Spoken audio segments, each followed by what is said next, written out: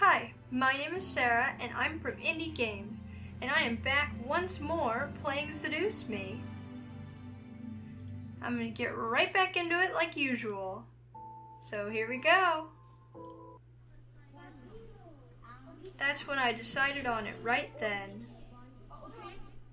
I was going to see my grandfather. I didn't care if my father wouldn't take me. I was going to walk my way over there and see what he had to say about it. I had never seen him. I had never met him before that. What better time to see him then? If no one else is going to help me with what I was feeling, I might as well have turned to him. So after school, I decided to walk there.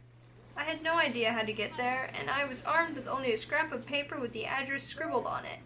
As a 7-year-old, I obviously had great ideas. I soon became lost, and like I always did when I felt lost, I just stood there on the sidewalk, back pressed up against the wall and eyes looking at strangers passing by.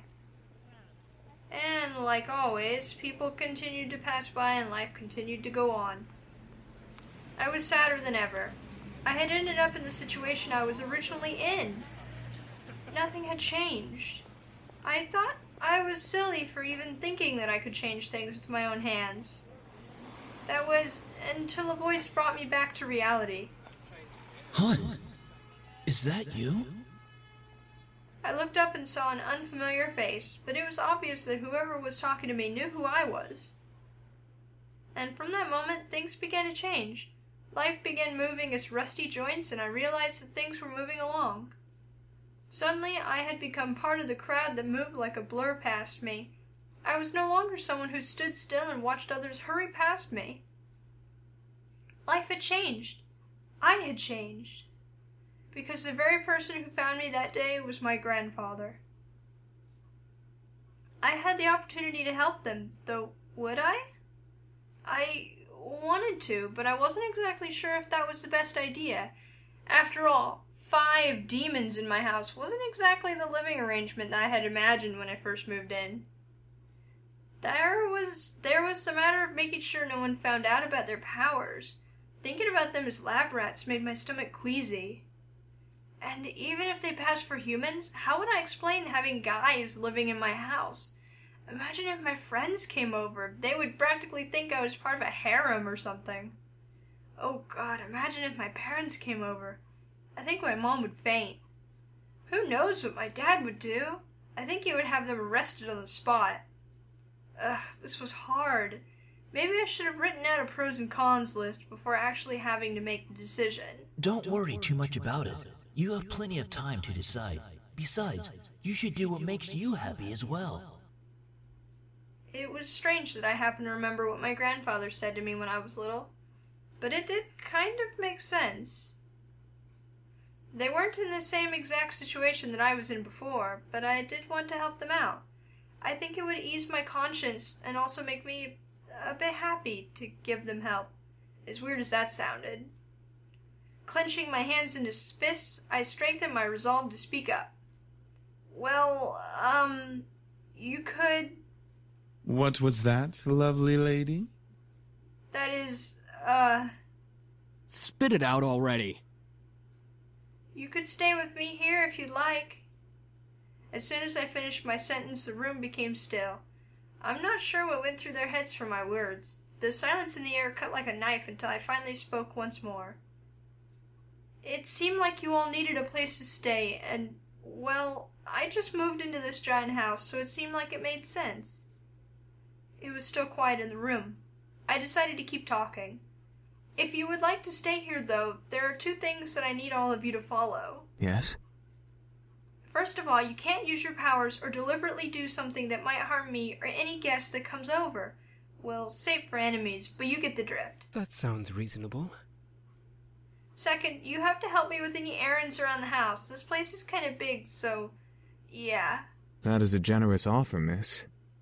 Are you sure that would be okay? We don't wish to burden you any more than we already have.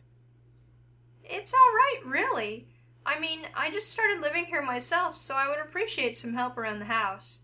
A wonderful idea. We'll live here and train while helping you with the house. Servants for the lovely princess. Sam doesn't look happy about it. What? Are you serious? Shh, be quiet, Sam. I haven't slept in a bed for days. They all seem to like the idea except for Sam, and hey, I didn't really hate the idea either, even if they were incubi. It would be interesting having 5 guides helping me with taking care of the house, given they would follow the rules I had just laid down. Grr, fine, but we're not staying here forever. Only until we can beat up that group of punks. I think that is a reasonable time limit for our stay. Yes, this is awesome. Also beautiful, if you need a bedfellow. Calm down, Eric. Eric, knock it off. I was happy that they agreed. Maybe it was because I wasn't going to be lonely for a while. Maybe it was because they all needed help, and my want to help people was fulfilled. I would never be sure. So what are we waiting for? Let's celebrate and dig in. Finally, I'm starving. Instantly, Matthew and Sam began to stuff themselves with the food on the table. I noticed James's eye twitching in irritation, so I stifled my incoming laugh. Really, you two? You're both acting like pigs. Oh, let them have a little freedom, James. It's not like we've eaten recently either. I'm sure they've been starving. Still, that's no excuse for stuffing their faces like backyard swine. I almost couldn't hold it in. So I didn't, but I did? I don't understand the choices here.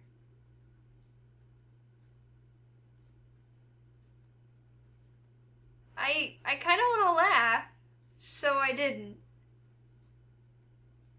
Click it. What was that? What are all those symbols? I feel like I'm gonna have to know those. I couldn't hold in my laughter anymore. As I laughed, Matthew and Sam looked my way, faces stuffed. Is something funny? Yes. What are you laughing at? I stopped to catch my breath. I leaned over the table and took a few breaths before replying. You both are so funny. Both of their faces turned a slight pink before they looked away from me, and they swallowed the food in their mouths. Shut up! We're not funny. We're hungry. Well, we're glad that we made you laugh. Shut up, Matthew! What? I'm just saying. See, James, it's entertainment for her. They were funny to me. At least they enjoyed the food. As I watched, I took a couple pieces of food for myself and placed them on my plate before eating as well. Eventually, we all ate dinner together. It was strange, eating with just guys, but they were enjoyable to be around. They made me feel like part of their family as we ate together. However, our peace was soon disturbed. Huh? It's my mom. Excuse me. Hello? Hey, honey, how are you? I'm sorry I didn't get to see you off. Hi, Mom. Everything's fine. I'm actually eating dinner right now. Oh, good, good. So there was food there. Well, your father wanted me to call and talk to you about having a house party tomorrow night to celebrate the new house and all. Uh-oh. A house party? Tomorrow night? So soon? Your father insists. You know how he is with events. I knew exactly what she meant. He didn't like long, relaxing periods between important events. It was slightly messed up. I was expected to act on the drop of a dime, from moving immediately to the day after a funeral to my grandfather's house, to now organizing a party. I know. Well, since I don't exactly have you two to help me arrange it, I'm going to need some time to prepare things. Oh, that's fine. I mean, Suzu and Naomi can help. I have work, and you know how your father is. I know. I have to do it myself. He won't help. I'm sure it'll be amazing, honey. I have faith in you. Thanks, Mom. All right, I gotta go. I love you, sweetie. I love you too, Mom. Great. Now how am I gonna do this? Is something wrong? She has to organize a house party for her parents. Huh? How did you... Oh, right. Mind reading. But yeah, I gotta do it soon or my parents will be really disappointed. I have to stay up here and organize everything tonight. Hey, why don't we help you? That's what we're here for, right? I don't see why not. I can name a few reasons why we shouldn't. Sam? Back off. We'll take care of everything, miss. Just leave everything to us. That was surprising. I didn't think the boys would offer help right off the bat. I couldn't help but smile. I was actually rather thankful now that I let them stay. Now I didn't have to do everything alone. As I kept thinking about it, I couldn't help but yawn. Feeling a little tired over there, princess? Yeah, it's been a long day. At least tomorrow's a weekend so I can sleep in. Then it hit me. Wait, where are you all going to sleep? We found some guest rooms on the opposite end of the house from the master bedroom. I'm sure those will do just fine. Oh, got it. All right, then. I'm heading to my room to study and sleep. I guess I'll see you all tomorrow? Have a good night. I will, you too. With that, I left the dining room and went to my room. Eric, no. What? I wasn't going to do anything. Yes, he was. Shh. As soon as I got to my room, a wave of exhaustion hit me.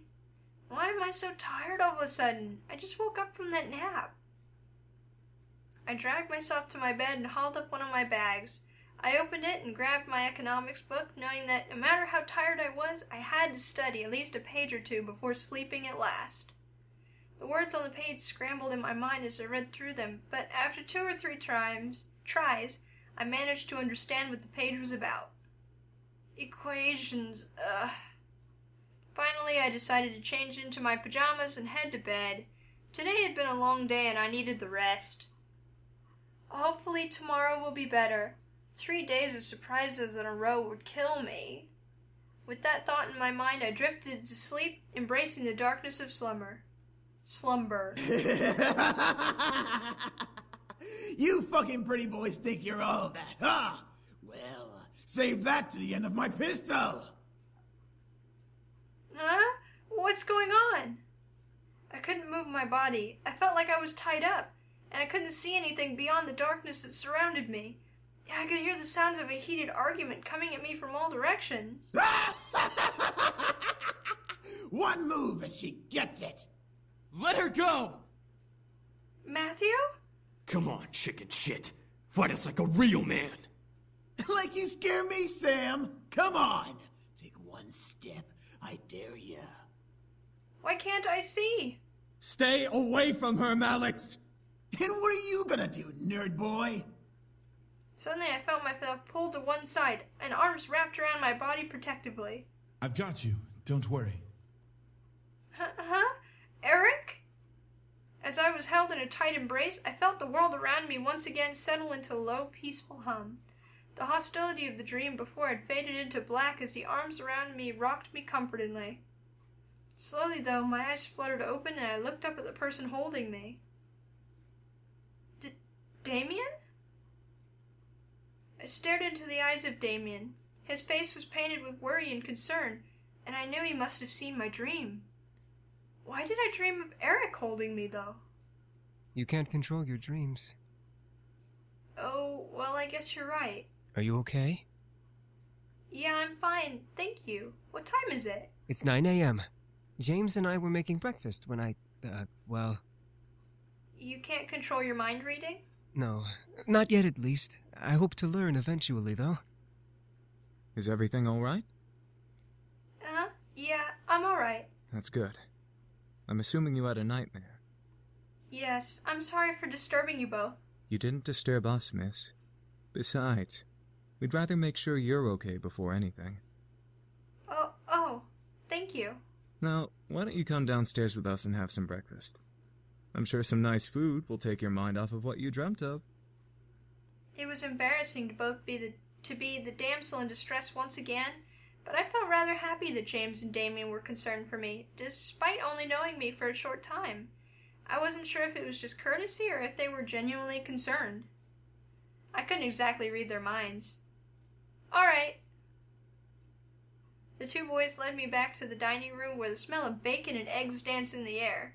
The smell wafted from the kitchen and made its way into the room, making my stomach growl in need. Breakfast smells good. That sounds amazing, is what it sounds like. We should be done with breakfast soon. If you want to sit down at the table, you can. I nodded before sitting down. As I sat down, however, my mind drifted back to the dream I had. That feeling of hostility around me made my body shudder instinctively, even though I knew it wasn't real. However, as my eyes closed, I felt a hand place itself on top of my head, breaking me out of my thoughts. Huh? Morning. You alright? Yeah, I'm fine. Sam, the owner of the hand on my head, raised an eyebrow at me before rustling my hair and moving away to sit down at the table. He then barked toward the kitchen where James was working. Hey! Is the food done yet? I'm starving! Calm down. There's no need to yell, Sam! You're yelling too! Don't argue with me! From behind me, Eric appeared and sat beside me, rubbing his temple in obvious annoyance. Can we not yell this early in the morning? It's not like we're in the castle. Castle? For some reason, when I heard the word castle, I couldn't help but yell in surprise. These guys had a castle? Sam looked at me and smirked at my reaction. Yeah, we have a castle back home. Our dining room's 10 times bigger than this room. Then wouldn't it be logical to not yell? Whatever.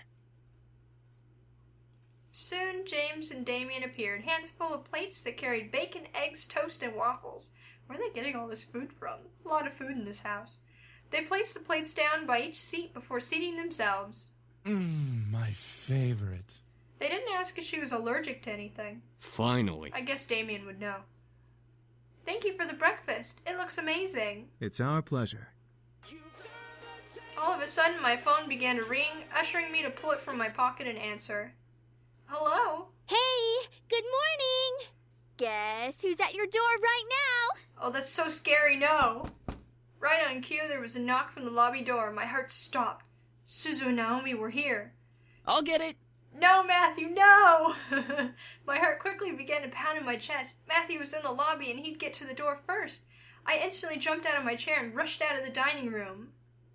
As I passed through the archway between the dining room and lobby, I saw Matthew reach his hand for the I'm gonna start over. As I passed through the archway between the dining room and lobby, I saw Matthew reach his hand for the brass door handle, causing the world to go in slow motion. Matthew, don't! Before my words could reach his ears, Matthew had opened the door and revealed the surprised faces of Naomi and Suzu.